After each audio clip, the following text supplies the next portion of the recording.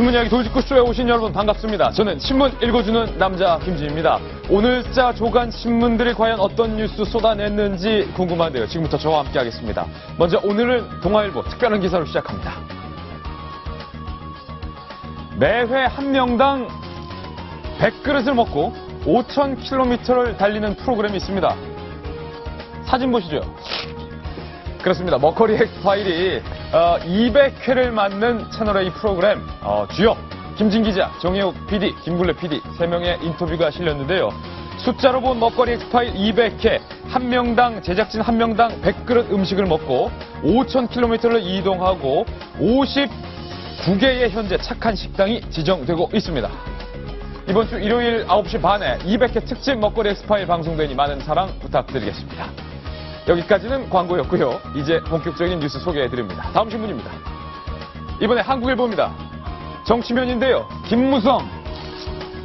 과거엔 권력자가 밀실에서 공천을 좌지우지했다.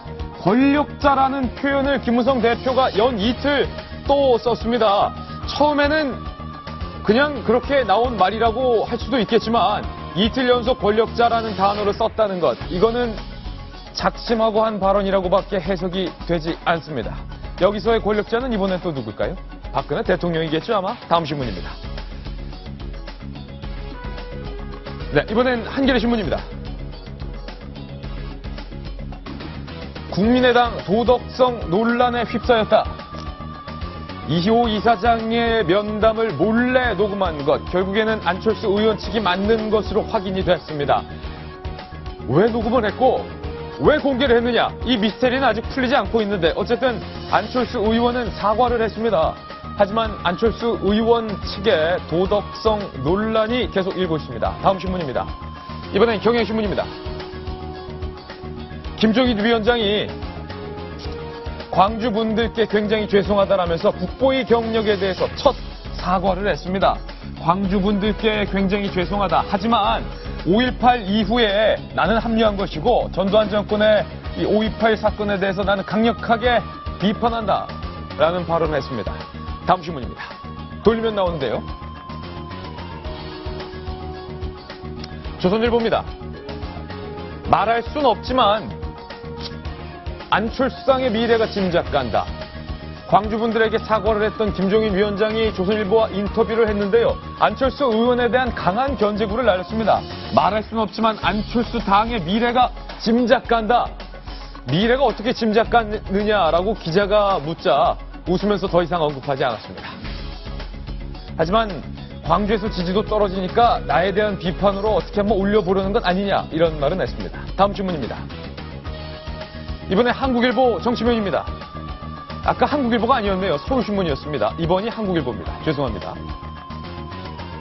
원유철 원내대표가 조훈현 구단 영입을 검토하고 있다라고 말을 했는데 이 김무성 대표는 원대표에게 그게 무슨 얘기냐. 인재 영입을 놓고 당대표 원내대표 간 사사건건 엇박자가 나고 있습니다. 이거 친박과 비박 간의 계파 싸움 수면 위로 올라왔다, 이런 분석 많습니다. 원유철 원내대표가 인재 영입으로 검토하고 있다는 내용을 당대표인 김무성 대표는 왜 몰랐을까요? 다음 신문입니다. 이번엔 중앙일보입니다. 돌리면 나옵니다. 중앙일보 박용성 만평 준비했습니다. 만평 제목은 어머 얘 왜 이러니. 뛰어봤자 부처님 손바닥 아니라는 손오공을 연상시키는데 김무성 대표가 연이틀 권력자라는 단어를 썼습니다. 밀실공천, 선진화법 쫙 찢으면서 이게 다 권력자 때문이다 라고 외치고 있지만 누구의 손바닥 안에 있냐면 박근혜 대통령의 손바닥 안에 있다. 오늘 중앙일보 만평이 아주 재치있게 풍자했습니다. 네, 오늘 신문 이야기 돌직구쇼 다양한 뉴스도 준비되어 있습니다. 오늘도 돌직구쇼는 여러분을 위한 쇼입니다.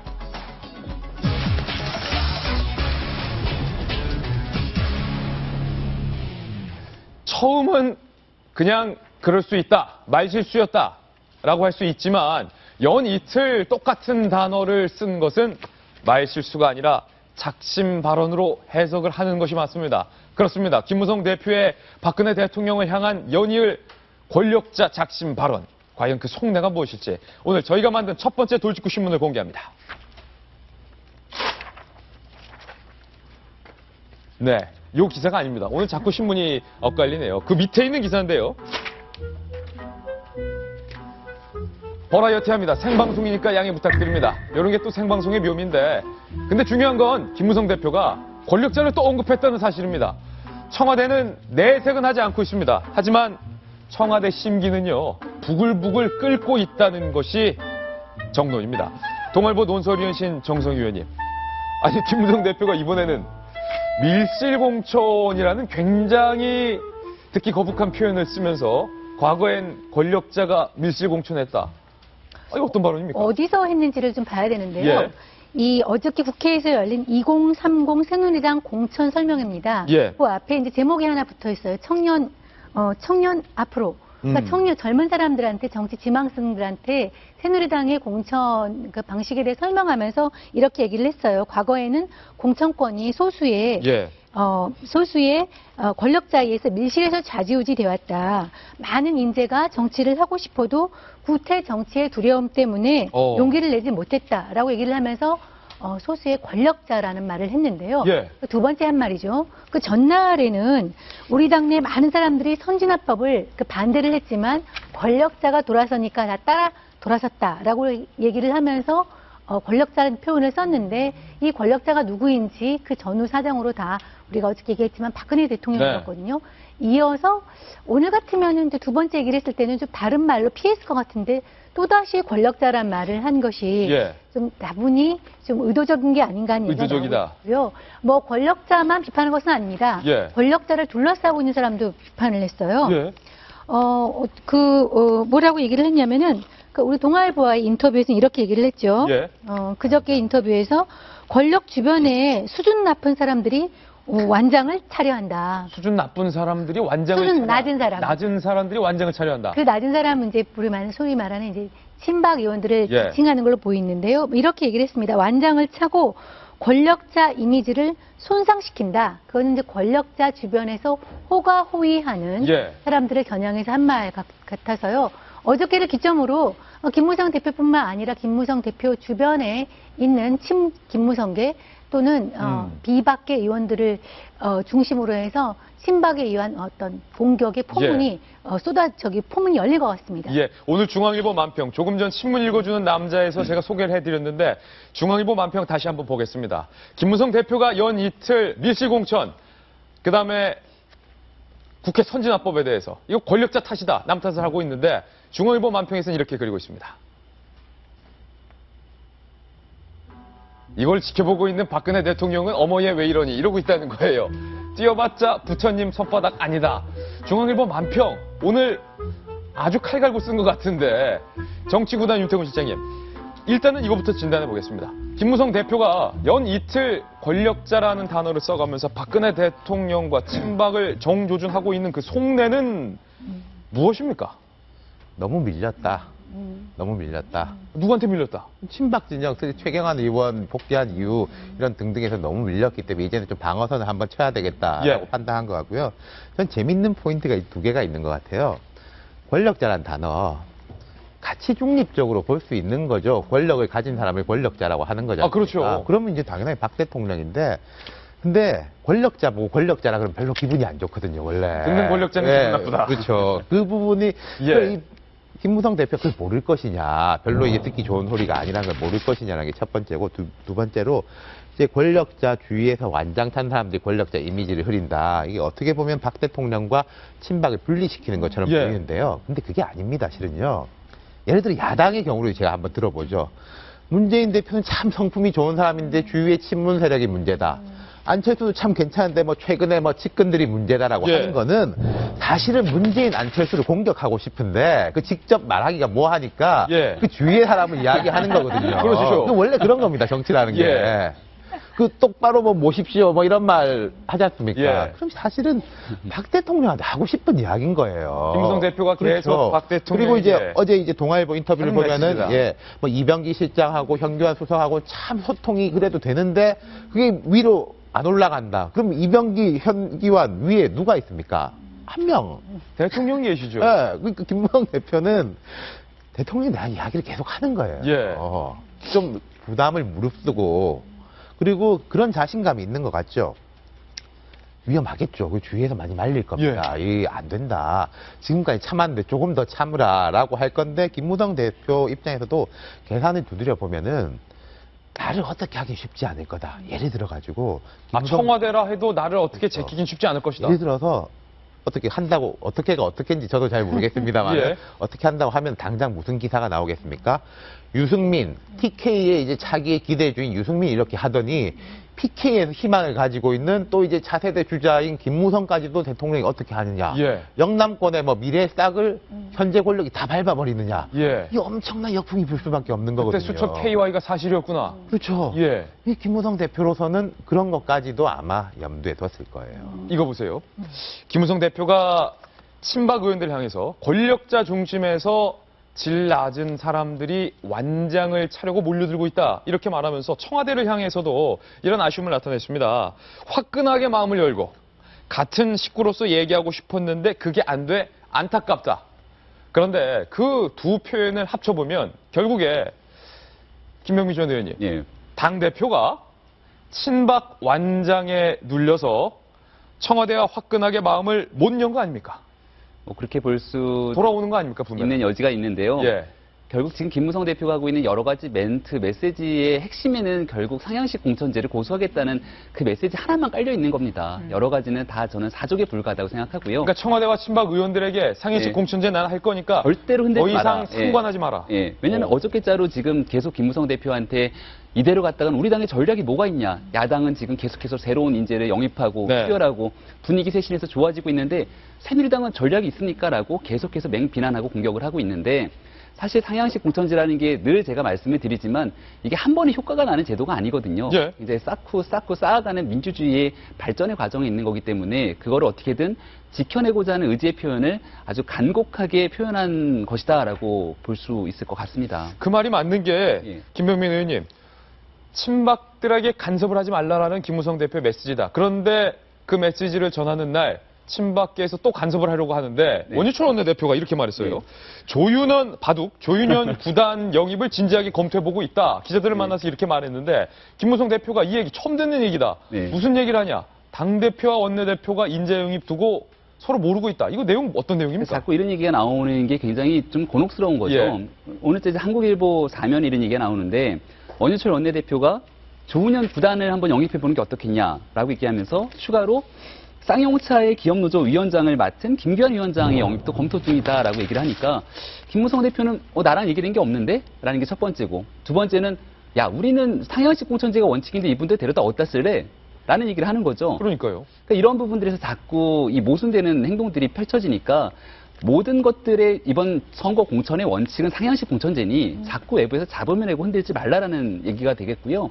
아마 이제 비례대표 선출을 앞두는 과정에서는 새누리당도 인재 영입들을 굉장히 화끈하게 적극적으로 할 것 같습니다. 네. 그럼에도 불구하고 정치를 하겠다고 하는 분들이라면 기본적으로 국가에 대한 이 정치 철학이 분명히 있어야 될 것 아닙니까? 예. 조은현 구단 훌륭하신 분인 것 같은데 저는 사실 개인적으로 잘 모르겠습니다. 예. 제가 살아왔던 세대의 분도 아니고 저는 조은현 구단보다는 최택 구단이 더 익숙한데요. 저도 추천. 채택이가 더 예, 익숙하다. 예, 오히려 뭐 잘생기고 예. 연기도 훨씬 더 잘하고 그러면서 국민들에게 감동을 줄 수 있는 인물이기도 하고 하지만 두 사람 다 국가에 대한 정치적 철학이 없는 건 마찬가지 아니겠습니까? 예. 김연아 선수 너무너무 좋아하죠. 국민적 영웅이고. 근데 그런 분들이 각자의 역할에서 하실 역할들이 있는 건데 원유철 원내대표가 김연아 선수에게도 정치 한번 제안했었다. 이렇게 러브콜을 말했었죠. 보냈다가 예. 민망하게 거절당했다는 것 아닙니까? 예. 그러니까 외부에서 유명한 사람이라면 다 데리고 와서 비례대표를 시키고 당에 영입을 하겠다? 예. 결국은 당의 얼굴 마담 시키는 것 외에 무슨 의미가 있겠습니까? 예. 그래서 어저께 김무성 대표가 그래도 나름대로 저는 의미 있는 일을 했다고 생각하는 게 20대, 30대에 출마하고자 하는 청년들 다 불러 모아다 놓고 설명회를 가졌어요. 거기서 이제 밀실공천 얘기가 나온 건데 이 밀실공천 얘기는 비단 새누리당의 문제뿐만이 아니라 대한민국 정당 역사에 굉장히 부끄러운 측면이죠. 예. 이런 부분들을 뛰어넘을 수 있는 공천제도를 내가 마련할 테니 남이 거 한번 뛰어봐라는 얘기를 했거든요. 그거 좀 지켜줬으면 좋겠는데 네. 조금 일찍 했으면 더 좋지 않았는가라는 감도 있고요. 일단 이 친박계와 비박계 그 각각 선두에서 김무성 대표와 원유철 원내대표가 마찰을 빚고 있는 모습인데 비박계는요. 상향식 공천 고지고대로 하기 싫은 거예요. 친박계. 네, 친박계는 네. 문재인 대표, 안철수 의원 보면서 우리도 전략적으로 인재 영입해야 된다, 전략 공천해야 된다 이렇게 생각하고 있는 거라서 원내대표가 조윤현 구단 얘기도 하고 김연아 선수 얘기도 하고 하는데 네, 조금 재밌는 이야기, 예. 재밌는 게 보이는 게 보면요. 조훈현, 김연아 이분은 어디다 쓰겠냐, 뭐 그 평택 저 노조위원장까지 비례대표 쓰는 거죠. 이런 분들은 예. 뭐 지역 선거에 내보낼 분들은 아니고 이게 이제 세 가지 정도 보인 게 첫 번째는 전선이 확장되고 있다. 원래 이제 TK하고 강남권에서 치열했지 않습니까? 근데 자세히 보세요. 요즘 마포, 갑을 이런 이야기가 조금씩 나오지 않습니까?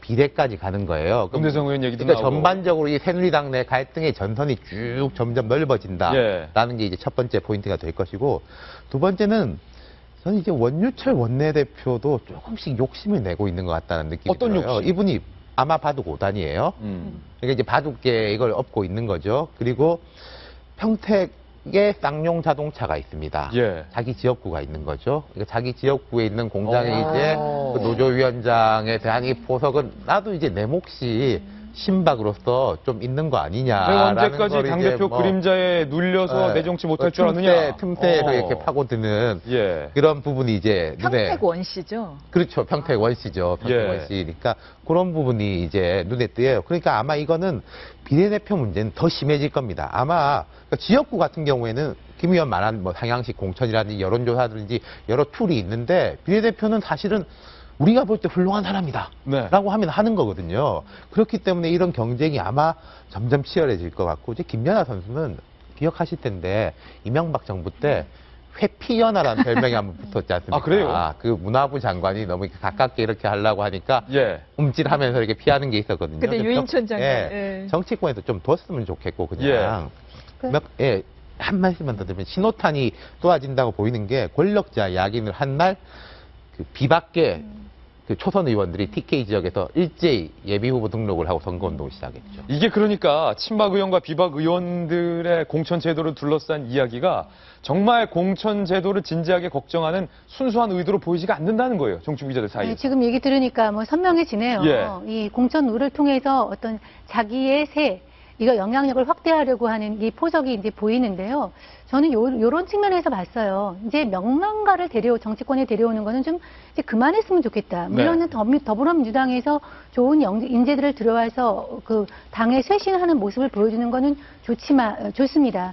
저는 이렇게 들어올 때는 사람을 인재로 영입할 때는 그 감동과 스토리와 그다음에 그 사람이 가지고 있는 여러 가지 메시지를 가지고 하는 건 좋은데, 그건 좋다고 생각하지만은 물론 상향식 공천과 인재 영입이라는 것이 모순된다 하는 거와 별도로 이제는 단순히 어떤 사람이 유명하다고 해서 데려와가지고 팔아가지고 하는 시대는 좀 지났다. 예. 아까 말한 대로 뭐 김연아 의원 IOC에서 선수로 들어가면 더 좋은 일 할 수 있죠. 또 옛날에 뭐 손석희 앵커가 얘기했듯이 서울시장 오시겠습니까 얘기하니까 손은 누가 키우니까 예. 했다고 하는 식으로 유명하다고 해서 명망가를 들어와서 해본다는 건 좀 그렇고요.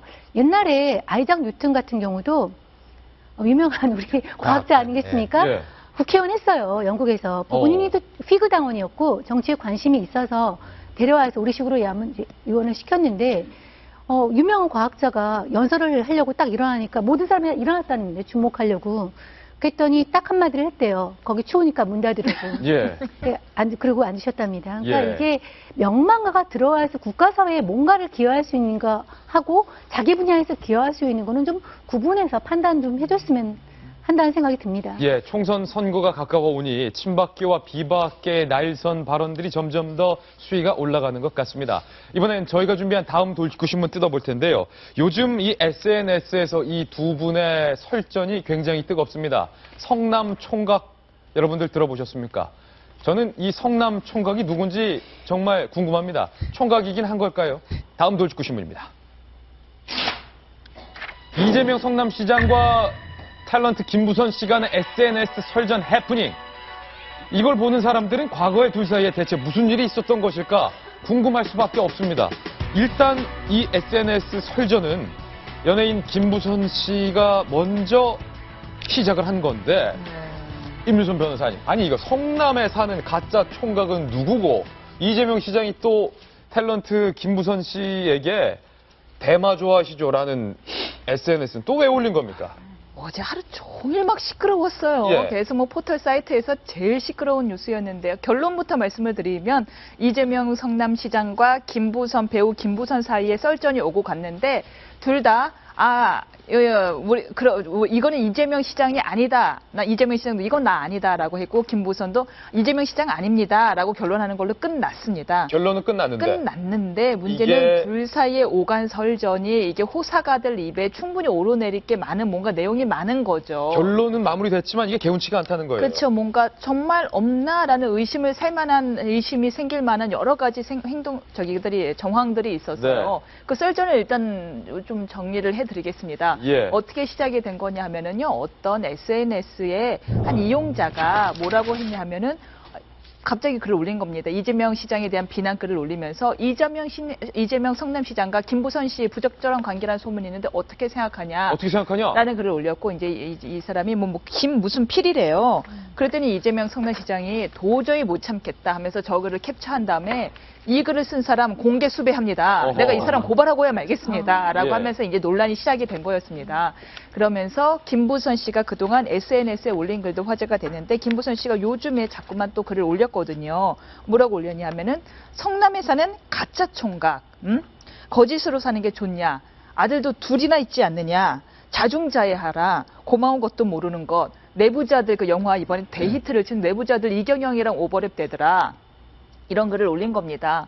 그렇게 되자 이 사람이 지금 이재명 아니냐라는 게 네티즌 사이에서 자꾸 추측이 오르자 이재명 성남시장이 여기에 대해서 더 이상 참지를 못하고선 지금 김부선 씨 이분이 대마를 좋아하시지 아마라는 글도 올렸다가 급하게 삭제를 했습니다. 예. 급하게 삭제를 했고 그 이후에 그 다음에 또 각자 삭제를 했는데 이재명 시장이 또 어떤 글을 올렸냐면은 자꾸만 자신이 김부선 씨와 어떤 관계가 있는 것처럼 김부선 씨가 글을 올리던데 나 절대 아니니까 제발 그 사람이 누군지 성남의 가짜 총각이 누군지 이름을 밝혀달라. 예. 김부선 씨가 얘기하던 얼굴이 하얀 변호사 출신의 시민운동을 하다가 지방선거를 통해서 당선이 되었고 그리고 아이가 둘 있는 사람 내가 봐도 나 같은데 나는 절대 아니니 내가 정말 억울하니까 이름을 밝혀달라라고 예. 아주 공개적으로 강하게까지 썼습니다. 아니 너무 길어서 하나하나씩 좀 잘 네. 뜯어볼게요. 이게 중요한 건데 김부선 씨가 남긴 SNS에 이런 말이 나왔어요. 화들짝 놀랐죠. 밑으로 좀 내려주세요. 성남 사는 가짜 총각 거짓으로 사는 거 좋아? 미안하고 부끄럽지 않아? 아들도 둘씩이나 있다면서 자중자애 해라. 수치감도 모르고 고마운 것도 모르고 오직 오리발 닭발. 내부자들 이경영과 너무 오버랩 되더라. 김부선 씨가 성남 사는 가짜 총각 얘기를 올리면서 지금 저희가 여기에 출력을 하진 않았지만 과거 사태로 사태 때 구원파의 유병헌 씨 사진을 올리면서 이 성남 사는 가짜 총각을 볼 때마다 유병헌을 볼 때마다 성남 사는 가짜 총각이 생각나서 너무 화가 난다. 이렇게 또 올린 겁니다.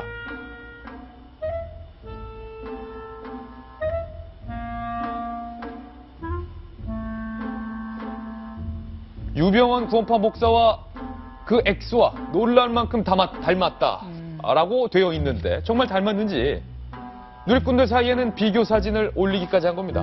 그래서 이재명 시장이 누가 봐도 김부선 나 아니냐 이름을 밝혀라 이런 상황까지 올라간 건데 이재명 씨가 그래서 이재명 성남시장은 이렇게 해명을 했습니다. 네티즌들 사이에서 둘 사이에 도대체 어떤 관계가 있는 것이냐라는 의문이 제기되자 과거 내가 변호사로서 딸 양육비 문제로 만난 적은 있지만 부적절한 사이는 결코 아니다 라고 둘 사이에 대해서 의심하지 말아달라라는 이야기를 올리면서 감정적인 대응도 그 밑에 남겼는데요. 이재명 성남시장의 SNS 메시지 아래 보시죠. 김부선 씨를 언급하면서 이분이 대마를 좋아하시지 아마?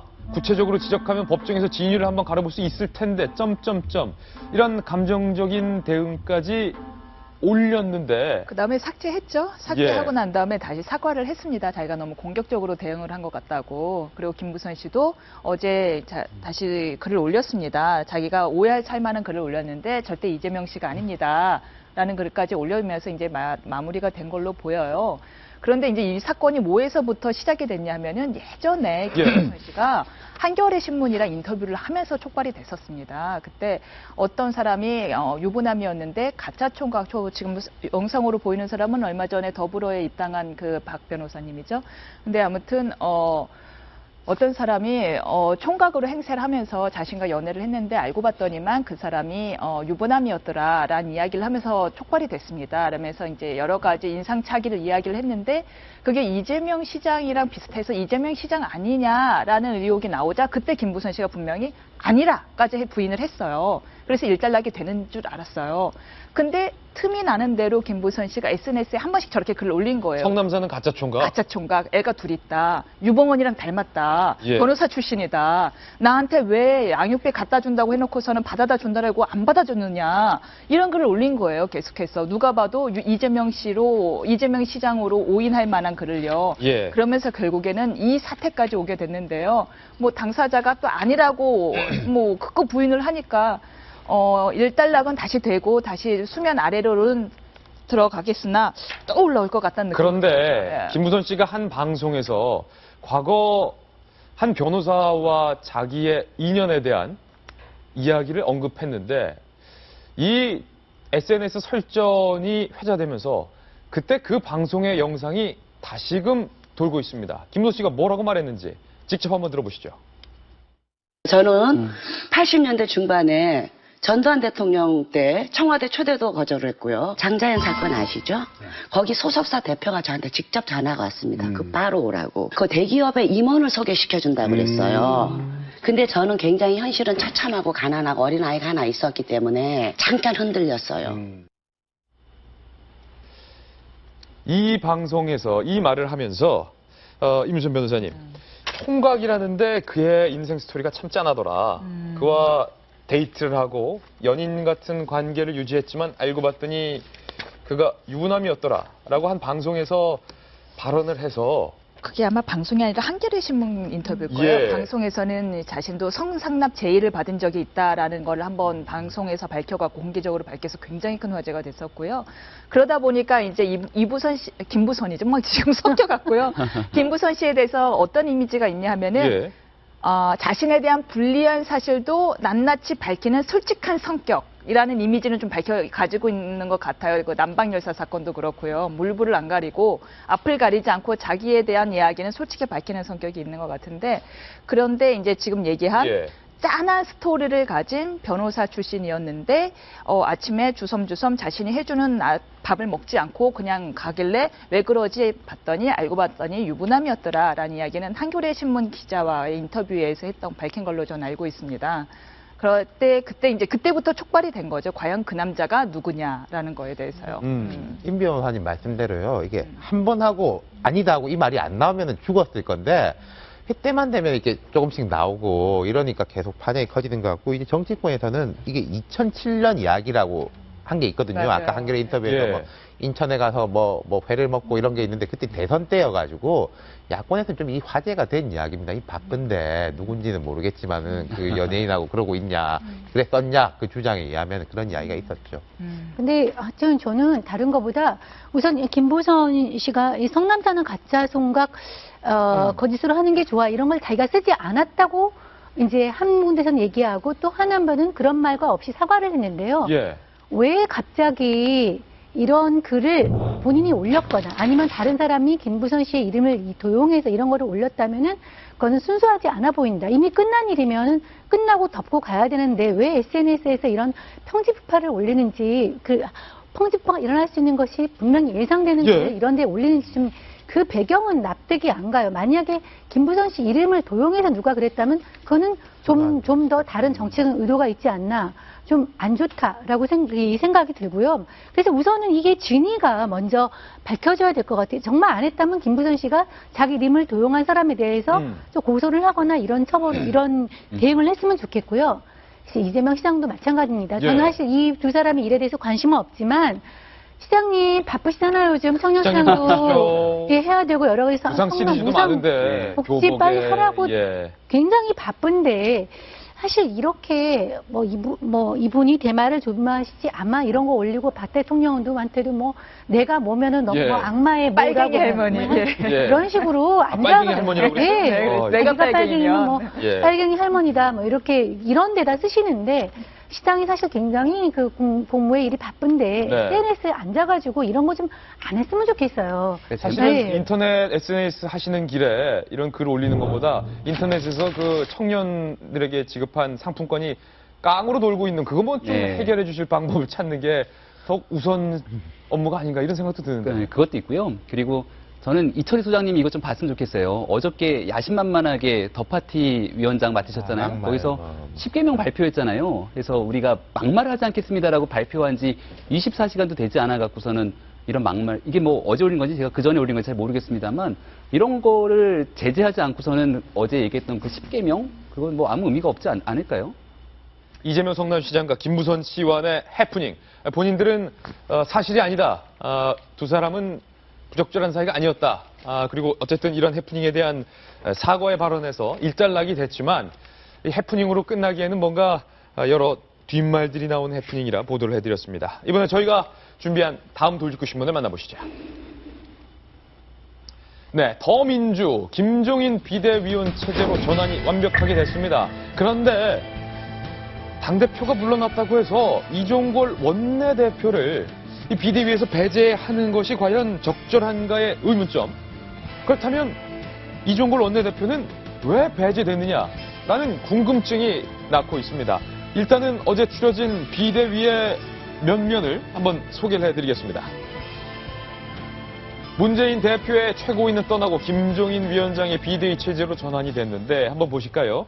너무나 잘 알듯이 문재인 대표, 정청래 최고위원, 유승희, 이용득, 이종걸 원내대표, 전병헌, 추미애 최고위원 등의 체제에서 이제는 김종인 위원장의 원톱인데 그의 왼편에 누가 있는가 했더니 역시나 박영선 의원이 비대위원으로 임명이 됐습니다. 위촉이 됐습니다. 김종인 위원장의 바로 옆을 지키는데 우윤근 의원도 있는데 문제는 원내 대표인 또 다른 의미의 이 더민주당의 수장인 이종걸 원내대표가 이 비대위에서 완전히 배제가 된 겁니다.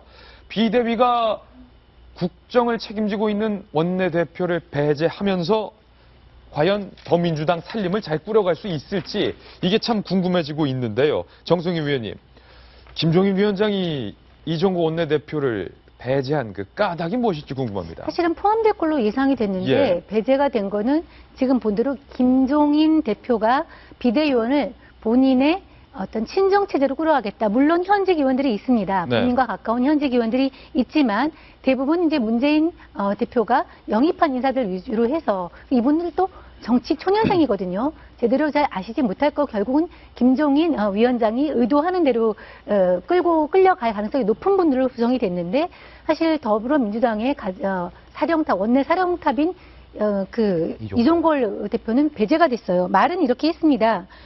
제외된 이유에 대해서 비대위 회의 때마다 항상 참석해서 같이 의논은 할 거다. 원내 사항을 파악하지 못하면 비대위를 운영하지 못한다고 말은 했습니다. 예. 그러니까 이렇게 멤버들이 쫙 있는데 실무형으로 와가지고 무슨 일이 일어나고 있다는 거를 그냥 전달해주는 권한밖에 주지 못한 거니까 사실상 배제된 거죠. 그래서 저는 이런 생각이 들어요. 이거는 비대위원을 강력한 어떤 그립을 가지고서 김종인 위원장이 끌고 가겠다는 취지는 있겠지만 사실 지금 여야 간에 여러 가지 법안과 관련 노동법이나 경제 살리기 법안 관련해서 여러 가지 현안들이 있는데 그거에 대해서는 기본적으로 김종인 위원장이 관심이 없구나. 예. 하는 거를 읽을 수 있고요. 또 이종걸 원내대표 심지어 탈당서까지 나오지 않았습니까? 예. 여러 가지 고민 끝에 잔류를 선택했는데 본인의 정치적 앞날은 상당히 좀 안개 속이다. 예. 이렇게도 볼 수 있겠습니다. 이종걸 원내대표가 비대위에서 제외된 것을 두고 내가 원내대표 당직에서도 물러나겠다라는 강하게 반발하고 있는 것으로 알려지고 있는데 이종걸 원내대표가 누굽니까? 한때는 박영선 의원 탈당하면 그 뒤에는 이종걸 원내대표도 탈당할 수도 있다.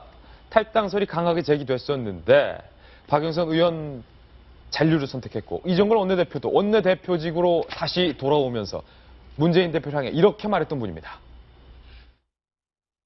문 대표님의 생각이 커가지고 미래에 대고 씨앗이 돼서 2016년 총선 승리, 그리고 무엇보다도 2017년 대선 승리의 확신이 우리 국민들에게 할 것이다, 이렇게 생각합니다. 다시 한번 문 대표님의 결단과 자기성에 깊은 감사를 드립니다. 김병민 의원님, 예. 저렇게까지 이종걸 원내대표가 문재인 대표를 향해서 거의 칭송에 가까운 찬사를 늘어놓으면서 원내대표로 복귀했는데 결국 비대위에서 쓸쓸하게 배제가 됐습니다. 역시 안 된다. 뭐 이런 메시지인가요, 문 대표의? 아마 제3자인 제가 외곽에서 봐도 참 얄미운 사람이에요. 예. 처음에 원내대표 당선됐을 때 당선 수락 연설문에서부터 시작해갖고서는 문재인 대표를 맹공했었죠. 그렇죠. 그리고 나서 문재인 대표가 가장 힘든 시절에 또 안 나와요. 그러면서 뒤에서 압박은 다 하다가 모든 체제가 지금 문재인 대표 체제로 딱 굳어지고 나니까 다시 한번 이제 또 와갖고서 여기 한번 해볼까라는 생각을 하는데 네. 이 이종걸 원내대표 선친을 생각하시면 저는 그래서 안 된다고 생각합니다. 그래서 안 된다. 이종걸 원내대표의 할아버지가 아마 많은 국민들이 아시는 분도 있고 모르는 분도 계시겠지만 우당 이회영 선생이라고 예. 이 구한 시대에 진짜 굉장히 엄청난 부자였다는 거예요. 그 부잣집의 재산을 다 팔아갖고 만주로 이동합니다. 거기서 항일 무장투쟁을 정말 힘겹게 해왔던 아마 영화 암살이라는 영화들 많이 보셨을 텐데 거기에 보면 신흥무관학교라는 게 나오잖아요. 결국 그 신흥무관학교까지 세워가면서 이 독립운동이 최전선에 섰던 그 집안에 그 뼈대 있는 집안에. 그 뼈대 있는 집안에 정치적으로 치면 정치적 금수저를 물고 태어난 집안의 가슴이신데 요즘 금수저 참 열받는데요. 그러면 그 굳건한 기계와 절개를 가지고 한 길을 걸어가는 모습을 보여줘야지 예. 이렇게 왔다 갔다 하는 모습을 보이니 문재인 대표 입장에서도 참 답답하지 않겠습니까? 예. 아니 근데 또 저렇게까지 어쨌든 커밍아웃을 하면서 네. 문재인 대표를 향해서 진심인지 아닌지 모르겠지만 칭송까지 한 사람을 김종인 위원장은 또 배제하는 건 뭡니까? 그러니까요. 저는 참 좀 양쪽 다 답답한 게 있는데 이종걸 원내대표도 참 모양새를 많이 구겼죠. 예를 들어서 박영선 의원하고 수 차이가 느껴지는 게 예. 박영선 의원이 이런 이야기를 했습니다. 당을 선택했다. 그리고 이제 뭐 그런 말 했잖아요. 먹을 가는 벼루가 뭐 굳건하다, 안 굳건하다. 국민의당은 벼루가 뭐 강하지 않고 뭐 이런 이야기를 했는데 이종걸 원내대표도 남기로 했을 때 저는 차라리 문재인 대표에 대한 이야기보다 이 당에 대한 이야기를 했으면 명분이 차라리 더 섰을 거예요. 네. 근데 이제 비치는 게 김병민 위원님 지적하신 것처럼 문재인 안철수를 저울질하다가 문재인 선택한 것처럼 내용은 그렇다 하더라도 좀 포장은 이게 당을 예. 이렇게 이야기했으면 명분이 훨씬 섰을 건데. 뭐 예를 들어서 내가 문재인 대표의 리더십에 동의하지는 못한 부분이 있지만 그래도 당을 위해 60년 전통인 민주당의 정체성을 위해 나는 다시 돌아왔습니다. 뭐 이런 말을 했으면 더 덜 민망했다. 명분이 서는 건데 첫 번째 이종걸 원내대표 그런 부분이 있지만 그런데 이종걸 원내대표가 부족하다 할지라도 이런 식으로 하는 거는 저 두 가지 부분에서 문제가 아니 이런 식으로 한다라는 건 비대위에서 이종걸 배제한 거. 두 가지 부분에 문제가 있는 게 지금 김종인 위원장을 비롯해서 비대위원들은 선출된 분이 하나도 없잖아요.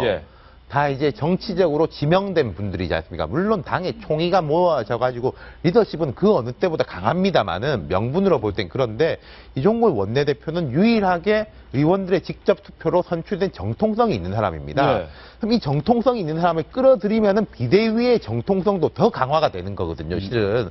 그런데 약간 좀 속 좁게 보이는 듯한 이런 이제 행동을 한 것은 저는 득보다 실이 많을 것이다. 이종걸 원내대표에 대해서 신뢰가 떨어질 수는 있겠지만 이종걸 원내대표가 혼자 가가지고 또 저 안에서 뭐 반대 다 하고 이러기는 어려울 거거든요. 그럼요. 그런 부분이 첫 번째 있고 두 번째는 이제 정성희 위원님 지적하신 것처럼 앞으로 여야 협상도 해야 되고 쟁점 법안들도 있기 때문에 원내대표를 끌어다 놓고 같이 회의를 하는 게 오히려 더 편합니다. 일을 할 때. 근데 회의에 참석을 시키겠다라고 하는 거는 그럼 참석을 하는데 발언권하고 의결권이 없다는 거지 않습니까? 그렇죠. 우리가 이야기하는 거를 당신은 보고하고 여기서 회의 결과 되는 걸 집행해라라고 하면은 저라도 안 한다고 그러죠. 그럼 이제 원내대표는 뭐 하는 거예요? 그러니까 보고하고 집행하는. 간사 역할 뭐 이런 거 간사 역할? 아닌가? 안 한다고 하기는 어려울 것 같은데요. 이종걸 원내대표가 당직도 사퇴할 것을 고려하고 있다, 강하게 반발하고 있는데 이게 실제 사퇴로 이어질 가능성, 정 의원께서는 어떻게 보세요?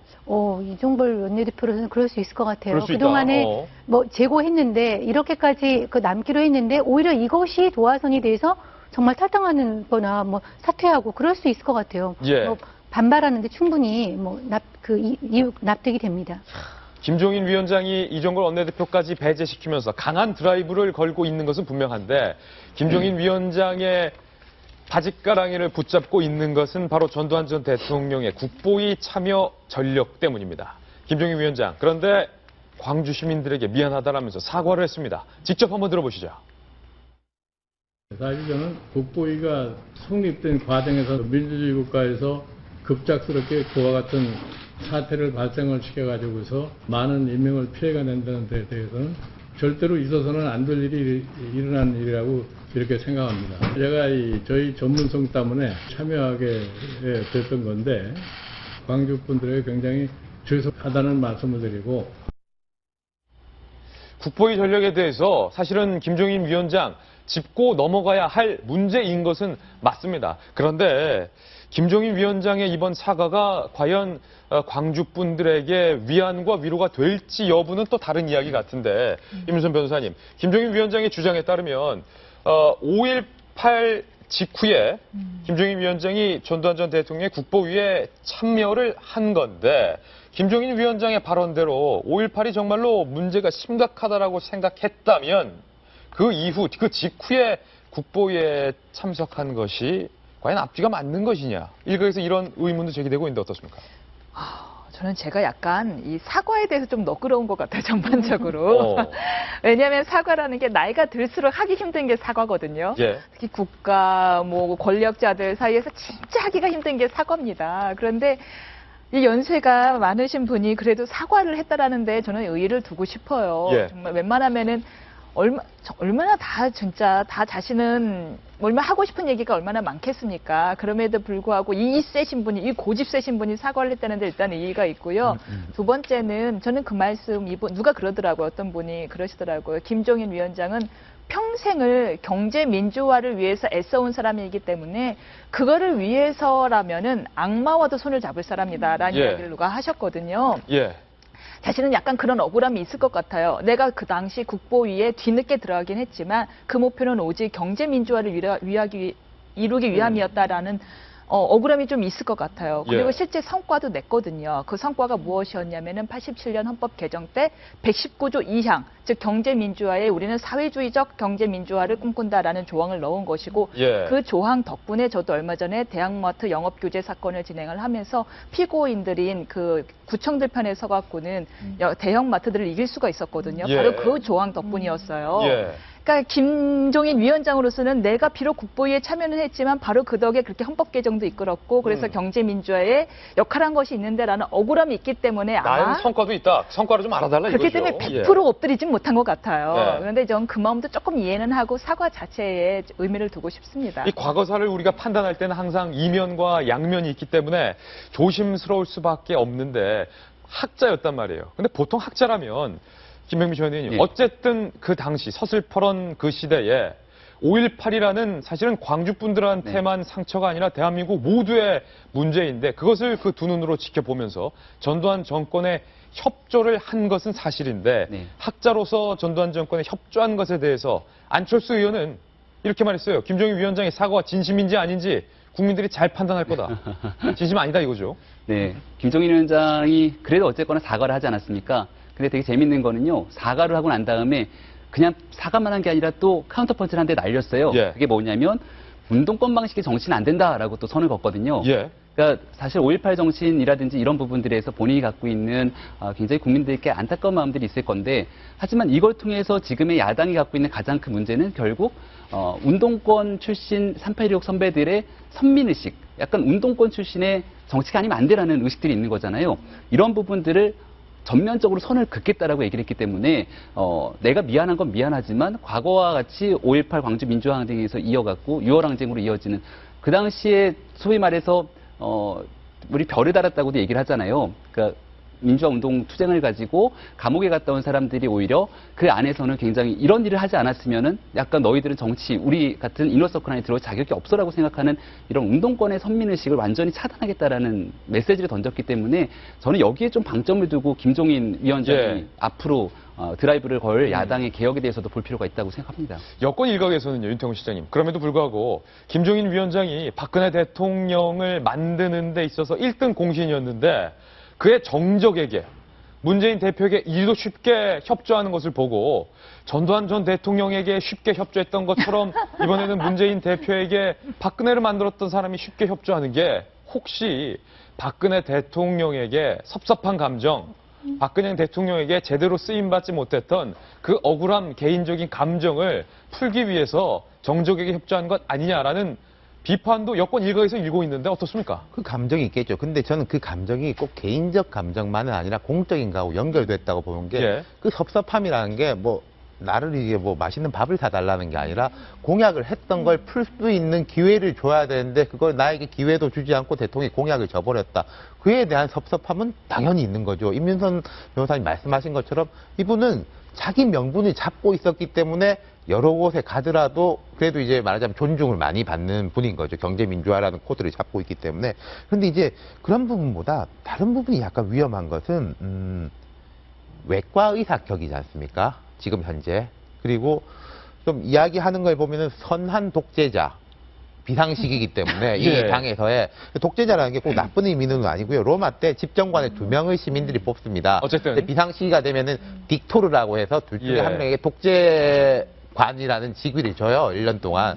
지금 이제 독재관의 직위가 된 건데 그러면은 그게 문제가 뭐냐면 집행력이 아주 강해지는 건 있지만은 너무나 권력이 집중되면 또 위험해진다는 거거든요. 오늘 한겨레신문 칼럼 같은 경우에서도 너무 집중되면 이게 좀 또 위험해질 수가 있다. 한 분이 잘못되면 예를 들어 집단 지도 체제 같으면은 책임도 나눠지지만은 이제 권한도 나눠지는 게 있는데 이분이 이제 권한이 집중되면은 책임도 결국 한 명한테밖에 돌아올 수밖에 없거든요. 그래서 이 부분에 대해서 좀 박영선 의원이 이제 옆에 있으니까 약간 지혜롭게 나누는 게 더불어민주당을 위해서 좋은 게 아닌가 싶습니다. 정성희 위원님, 지금 핵심 질문에 대해서 두 분은 살짝 돌아가셨는데 김종인 위원장의 과거 전력과 현재 전력에 대해서 이렇다 저렇다 정말 양분화돼 있어요. 뭐가 맞는 건지는 잘 모르겠습니다만 어떻습니까? 저 개인적으로는 아까 임윤선 변호사랑 비슷한데요. 저는 김정희 위원장이 국보의 권력도 옛날에 경제 민주화를 위해서 본인이 들어간 것이고 현재 그 박근혜 대통령의 캠프에 있을 때 경제 민주화 관련 공약을 다 만들고 기회를 잡지 못해서 온 거에 대해서는 나쁘게 생각하지 않습니다. 왜냐하면 이분이 독일에서 공부를 했어요. 독일의 어떤 학문의 그 풍토 같은 거는 굉장히 실천 철학과 밀접하게 연결이 돼 있어서 본인이 알고 있는 것을 실천하도록 돼 있고 또 김종인 위원장뿐만 아니라 그 수아의 서강대학교 교수일 때 서강학파의 많은 분들이 그렇게 생각하고 있습니다. 말로 하는 건 소용이 없고 아는 것을 실천해야 된다. 또 우리의 그 경제 전체의 어떤 그 대기업이나 재벌을 갖다 상당히 부담으로 있기 때문에 그거를 개혁해야 된다 이렇게 하기 때문에 본인이 어떤 그 전문성을 가지고 이 집단, 이 정치 집단과 손을 잡는 걸 저는 나쁘게 생각하지 않아요. 우리는 외국에서는 그런 경우 많습니다. 일종의 스핀 닥터로 들어와서 그 당의 체질을 개선하고 새로 바꿔주는 그런 역할을 하는 사람이 분명히 필요하고요. 이제 그런 존재는 필요한데 김종인 위원장은 아까 얘기했지만 본인의 개인적인 성품 그런 어떤 본인의 철학에다 본인의 성품까지 굉장히 강해서 아까 말한 좀 더 오버하거나 또 과속하거나 그럴 가능성은 좀 있죠. 경제 전문가인 김종인 위원장, 그런데 지금 맡고 있는 권한은 경제 민주화 그 이상의 큰 범위, 야당의 총선 승리, 더 나아가 대선까지 생각하고 있는지도 모르겠습니다. 김종인 위원장이 경제 전문가에서 정치인으로 변모한 듯한 발언들이 오늘 이어지고 있습니다. 준비했습니다. 이런 말씀을 하셨습니다. 국민의당, 안철수 의원이 창당을 주도하고 있는 국민의당에 대해서 별로 평가하고 싶지도 않지만 기자에게 묻지도 말라 이거예요. 지금 같은 행위가 새정치냐? 평가하고 싶지 않다고 하셨지만 평가하셨어요. 새정치도 아니다. 폄하했고요. 나는 대략 저당, 여기서 저당은 그 위에 나왔던 국민의당입니다. 저당이 어떻게 될 거란 짐작이 간다. 어떻게 될 거란 게 뭡니까? 라고 물어보니까 김종인 위원장 기자에게 웃으면서 대답은 하지 않았지만 뉘앙스로 봤을 때 뻔하다 뻔해. 저당 뻔해. 이런 뉘앙스였습니다. 나를 공격하는 것보다 자기들 할 일이나 열심히 하는 게 나을 것이다. 김종인 위원장, 경제 민주화와는 아무 상관없는 영역의 발언들, 정치적인 발언들을 내세웠는데 이에 대해서 안철수 의원도 만만치가 않습니다. 의사 출신이었던 안철수 의원은 의료 분야와 아무 상관없는 발언들을 내세웠습니다. 이분도 정치인 다 됐다는 거죠. 김종인 위원장의 생각이 틀렸다는 걸 보여주겠다. 선거 결과로 말씀드리겠다. 웃으면서 김종인 위원장의 발언에 대해서 답을 했습니다. 김종인 위원장이 국보의 사과 진심인지 아닌지 국민이 판단할 것이다. 그 진심 아니다 이 말이죠. 그러면서 총선에서 야권 연대는 없다. 어떻게든 기득권 양당 구조를 깨는 게 목표다. 제3당으로 그칠 게 아니라 제1당으로 올라설 것이 내 목표다. 이렇게 포부를 밝혔습니다. 임선 변호사님. 네. 김종인 위원장과 안철수 의원 사실은 두 분 다 정치인은 아니었는데 강력한 정치권의 드라이브를 쥐는 거목으로 돼서 서로 치고받습니다. 별로 보기는 안 좋죠. 예. 한때 안철수 의원의 멘토라고 불렸었는데, 멘토였으니까. 그러니까 이제 뭐 김종인 위원장은 자꾸 막 나한테 그렇게 사정했던 사람들 아니냐라고 예. 얘기하는데요. 별로 뭐 이제 멘토와 제자의 관계였던 것으로 보이는데 저렇게 치고받고 싸우는 모습이 그닥 보기는 좋지는 않습니다. 감정이 좀 남아 있었던 것 같아요. 두 분이 떨어지면서 뭔가 김종인, 안철수 의원 쪽에서는 김종인 당시 박사가 교수가 뭔가 자신의 권력욕 때문에 내 옆에 있구나라고 좀 생각한 면이 있었던 것 같고요. 안철수 의원 입장에서는. 김종인 위원장 입장에서는 안철수라는 사람이 만만하게 내 말을 듣는 사람이 아니구나.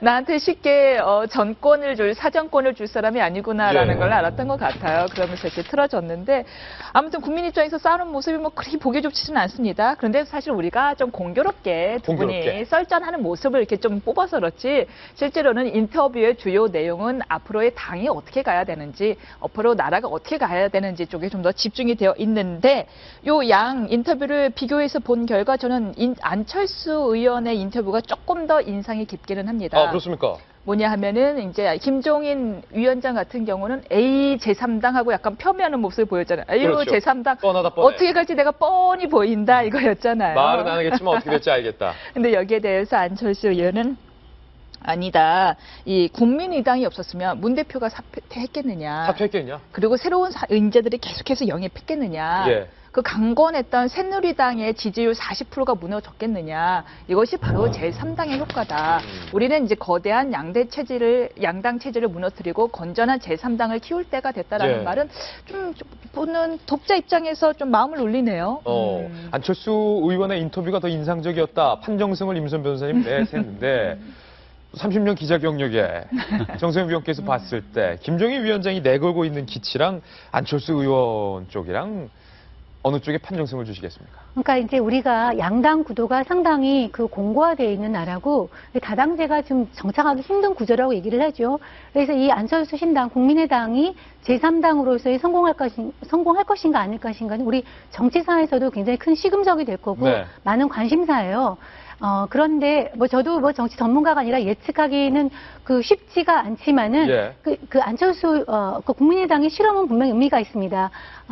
우리가 이게 좀 원샷법, 기업 활력 제고법이 통과된 것도 사실은 지금 말한 대로 제3당의 효과다. 그러면서 오히려 그것을 안철수 국민의당에서 그런 걸 성과로 내세우고 있죠. 그렇지만 제가 이제 좀 걱정스러운 것은 양당이 서로 야당을 보고 손가락질을 하고 있어요. 서로 야당을 보면서. 지금 저거 한 거는 여러 가지 민생 법안이나 쟁점 법안에 대해서 여러 가지 현안이 있고요.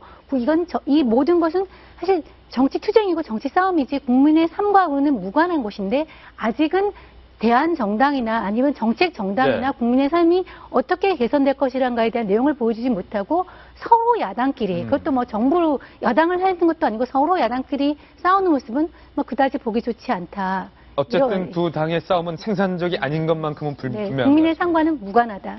안철수 의원 얘기 나와서 말인데요. 저희가 준비한 다음 돌직구 신문이 바로 안철수 의원에 대한 뉴스입니다. 만나보시죠. 결국에 안철수 의원 측에서 녹음한 게 맞네요.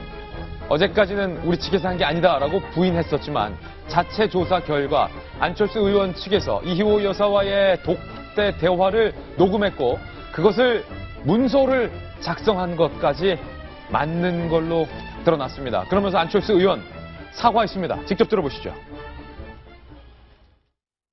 따뜻하게 맞아주시고 빨리 회복되셨으면 좋겠다고 말씀드리고 왔습니다. 있을 수 없는 일입니다. 큰 결례를 했습니다. 진심으로 송구스럽습니다. 그 사안에 대해서 따로 물어보시지 않으셨습니다. 안철수 의원 사과를 하면서 녹취를 했던 담당자의 사표를 받겠다 이렇게 밝혔는데 윤태곤 시장님 어제 저희 돌직구쇼에서 이거 안철수 의원 측이 녹음한 건 아니다 호언장담을 하시고 자리까지 걸고 호언장담을 했는데 자리를 걸진 않았어요. 자리를 걸었습니까? 틀렸어요. 이거 어떻게 된 겁니까? 그러니까 제가 어제 이야기했을 때 그렇게 할 실익이 없을 것이다. 납득이 가지 않는다라고 했는데 저 여전히 그 생각에 변함이 없어요. 예. 제 정치를 볼 때 약간 수학을 말씀드리지만 X축, Y축 그려가지고 보는 편이거든요. 뭐냐면은 X축은 원칙이라든지 명분을 어떻게 지키느냐. 예.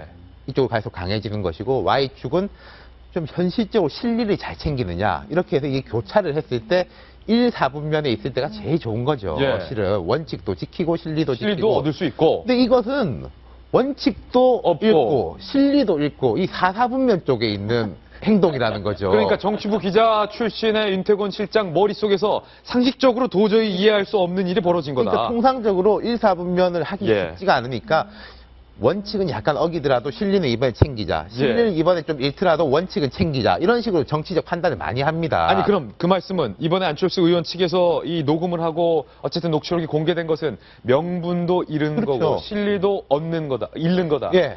그러니까 녹음한 자체가 잘못됐고요. 예. 그 왜 할 생각을 했는지 모르겠고 100번 양보해서 뭐 살짝 녹음을 했다면은 예. 자기들끼리 볼 것이지 이른바 아까 제가 실리라고 한 면에서 언론 플레이를 한다고 하면은 좀 나한테 유리하게 이제 만들어가지고 하는 거지 않습니까? 예. 근데 그 공개된 녹취록을 보면 유출이라고 하더라고요. 공개라기보단 뭐 유출이라고 하는데 유출된 녹취록을 보면은 하나도 안철수 의원 쪽에 유리한 내용이 아니에요. 예. 그러니까 나한테 불리한 내용을 우리가 작성을 해가지고 어디다 흘렸다라는 게 이게 상식적으로 말이 안 되니까 예. 이 부분에 대해서 그래서 이제 도덕성 논란까지 있는 것이고 그게 저는 이제 예전부터 이야기를 했는데 국민의당은 기본적인 관료 시스템의 구축이 아마 아주 시급할 겁니다. 네. 아까 제가 이제 원칙과 이제 실리 이야기를 했지만은 현실적으로 이제 거대 정당 우리가 많이 비판을 합니다만은 거대 정당은 역사도 있고 해서 회사처럼 착착 돌아가는 것들이 시스템이 있는 있다는 거거든요. 거죠. 시스템이 조직이 있는 있고. 거거든요. 근데 이게 중구난방으로 돼 있다라는 게 이제 드러난 것이죠. 예, 그것 또한 고스란히 안철수 의원 측에 국민의당이 해결해야 할 과제이고 부족한 점일 텐데요. 이것과 관련해서 오늘 동아일보 사설 이렇게 나왔습니다. 세게 나왔어요. 정승희 의원님, 제가 읽어드릴게요. 이희호 발언 정권 교체로 뻥튀기한 안철수 당의 도덕성. 동아일보 사설 오늘 센데요. 예, 정권 교체로 뻥튀기. 예, 우리가 조금 제목이 뻥튀기 된 느낌이 드는데 과장했죠. 과장하고 왜곡을 했는데 안철수 의원이. 이 사안 자체는 절대로 가볍지 않습니다. 왜냐하면 예. 그때가 안철수 이제 국민의당이라고 이름도 아마 붙여지기 전일 것 같은데 가서 마치 그 호남으로서의 야당의 정통성이 어디느냐라고 그 사람들이 논란이 있을 때 이호 여사가 안철수 신당에 손을 들어준 것처럼 그 비춰지던 그 사건이거든요. 그렇기 때문에 물론 보좌관의 실수라고 하지만 이 정치적인 파장은 결코 가볍지 않은 사안이었어요. 예. 그런데 끝까지 그 내부적으로 어떻게 된 것인지 밝혀내지 못하고 어제 아침까지만 해도 아니라고 그랬거든요. 예. 그래서 이것은 그 소위 도덕성을 생명으로 한 국민의당에 상당히 타격을 주는 일임에 틀림없고요. 예. 또 이것이 아울러서 그 안철수 의원이 과거에 군대를 갈 때 이게 집안에도 알리지 않고 갔다 아니다 하는 거에 대한 거짓말 논란까지 예. 해서 전체적으로 도덕성에 큰 타격을 주는 것이 틀림없고요. 다만 그것을 그 안철수 의원이 알았을 때 발빠르게 사과하고 사과를 한 것. 또 진정 어린 사과를 하는 모습 자체는 안철수 의원답다. 예. 이렇게 평가를 합니다. 안철수 의원 얘기 나와서 말인데요. 사실은 안철수 의원에게 진짜 중요한 고민은 따로 있습니다. 다음 달 15일까지 안철수 의원이 20명의 현역 국회의원 머릿수를 채운다면 91억 원의 국가 보조금을 받고 교섭단체로서 자격도 얻을 수 있지만 다음 달 15일까지 3명 의원 정수를 채우지 못한다면 91억은 날아가 버리게 됩니다. 현재 박주선 의원까지 합류를 해서 현역 의원은 17명입니다. 그리고 박지원 현 의원은 더불어민주당에서 탈당해서 나온 상황입니다. 이제 안철수 의원의 고민이 시작되는 겁니다. 다음 달 15일까지 시간은 없는데 자신이 해놓은 말은 있고 비리 혐의 전력이 있는 아직은 의혹이지만 박지원 의원을 받아들인다면 안철수 의원 명분을 잃게 되고 91억 원은 받게 됩니다. 하지만 명분과 과거 발언에 휩싸여서 박지원 의원을 받아들이지 못한다면 91억 원과 교섭단체 날아가게 됩니다. 여기서 발생합니다. 솔로몬의 선택. 과연 안철수 의원 어떤 선택을 할 것인지 굉장히 고민할 수밖에 없을 것 같은데 이문선 변호사님. 네. 91억입니까? 이 명분입니까? 아우 막 큰 선택이라서 막 두근두근합니다. 제 평소 발언을 보겠는데 뭘 선택할지 뻔하지 않아요? 91억이군요. 아니에요. 명분입니다. 저는 XY 축에서 XO 축을 중시하고요. 예. 왜냐? 안철수 의원 돈 많잖아요. 아유. 돈 많다. 네, 15석만 되더라도 한 35억 들어오지 않아요. 예. 35억 들어오니까 나머지 60억, 뭐 안철수 의원 돈 많으니까 저는 명분을 선택하겠습니다. 박지원 의원 받지 않겠다라고 말한 건데 이게 현실 정치를 우리 이문선 변호사님께서 하시지 않았기 때문에 호락호락하지 않은데 윤태곤 실장님. 교섭단체 20명 91억 이거 만만치 않은 거죠. 만만치 않죠. 그리고 임 변호사님 말씀에 제가 예. 동의하는데 근데 또 뭐가 문제냐면요. 안철수 의원이 자기 돈을 한 100억을 낸다? 그럼 그게 진짜 사당이 되는 거거든요. 돈이 아깝기도 하겠죠. 돈도 아깝지만은 내 돈 내가 내서 내 당 만든다라고 하면 그게 당의 이미지가 오히려 안 좋아질 수 있다. 그래서 안철수 의원이 옛날 유명한 이야기를 한 게 창업 자금은 투자를 받는 게 좋다라는 이야기를 했어요. 자기가 돈이 있더라도 운영 자금은 내 돈으로 쓰고 창업 자금은 투자를 받는 게 낫다라고 했는데 그런 면에서도 고민이 있을 거예요. 그럼 말하자면 이 당을 창당하는데 내 돈만 낸다? 그러면은 그게 오히려 사당화 논란이 있으니까. 예. 제가 미처 몰랐습니다. 그렇다면 김병미 전 의원님. 네. 박지원 의원만 포섭한다면 사실은 숙명 채우는 거 일도 아닌데. 금방이죠. 예. 거기에 빠진 또 최재천 의원도 있고. 그러니까요. 예. 저는 그 모든 것들을 떠나서 교섭단체부터 만들어야 된다고 생각합니다. 지금의 추락하고 있는 국민의당을 구해줄 수 있는 유일한 카드 교섭단체밖에 없다고 생각하고요. 예. 지금 왜 국민의당이 여기까지 왔는지를 다시 한번 복귀해서 생각해 보면 지금 이 순간까지도 우리 대한민국은 선거구가 없어요. 아직까지 여야가 거대 양당 체제가 제대로 된 합의를 하지 못했기 때문에 그 안에서 일어나고 있는 여러 가지 파행들이 있거든요. 그 과정이 역할하겠다라는 건데 예. 단순 돈 때문이 아니라 교섭단체가 되고 나면 상임위원회에서 간사를 선임할 수 있는 권한을 갖게 됩니다. 그 안에서 제3당으로서 본인들이 캐스팅 보트 역할을 할 수 있게 되거든요. 그런 부분들을 가지고 국면 전환을 할 수 있는 카드이기 때문에 돈을 떠나갖고선 약간의 원칙, 이미 많이 잃어버렸습니다. 예. 그렇기 때문에 실리를 추구하시는 게 맞을 것 같습니다. 예. 과연 안철수 의원 MB맨도 받았는데 박지원 의원 받아들이냐 마느냐 고민 많을 것 같습니다. 광고 후에 돌아오겠습니다. 잠깐만요. 팍팍하고 힘든 세상에 내가 의지할 대상이 있다. 내가 의지할 수 있는 사람이 있다는 건 참 큰 위안을 주는 요인입니다. 그런데 지난해 우리 국민들이 의지한 게 무엇인지 아십니까? 오늘의 휘날의 기사입니다. 사람도 아니고요. 로또였어요. 지난해 로또 복권 판매량이 11년 만에 최고치를 갈아치웠습니다. 전문가들은 이걸 두고 이렇게 분석했습니다. 로또 복권 판매 증가의 주된 이유는 경기 불안 때문이다. 고용 불안과 취업난 등에 지친 국민이 인생 역전을 노리고 로또를 찾고 있다. 서민이 한 번에 거금을 줄 수 있다는 기대감에 로또를 도피처로 찾는 셈이다. 저는 오늘 이 기사를 보면서 너무나도 씁쓸했습니다. 우리 국민들이, 저 같은 이 서민들이 신분 계층 간의 사다리도 없고 취업도 안 되고 경기도 팍팍하고 월급은 오를 생각도 하지 않으니까 결국 기댈 수 있는 것은 로또밖에 없구나. 우리 국민들이 이런 생각하고 있다면 정치권 심각하게 반성해야 됩니다. 국민들이 희망을 잃어버리는 순간 정치엔 미래가 없다는 사실을 반드시 명심하시기 바랍니다. 오늘 저희가 준비한 소식 모두 전해드렸습니다. 저희는 내일 아침 9시에 풍성한 뉴스 들고 인사드리겠습니다. 오늘 하루는 분명 어제보다 더 나을 겁니다. 좋은 하루 되십시오. 고맙습니다. 결국 내가 넘어야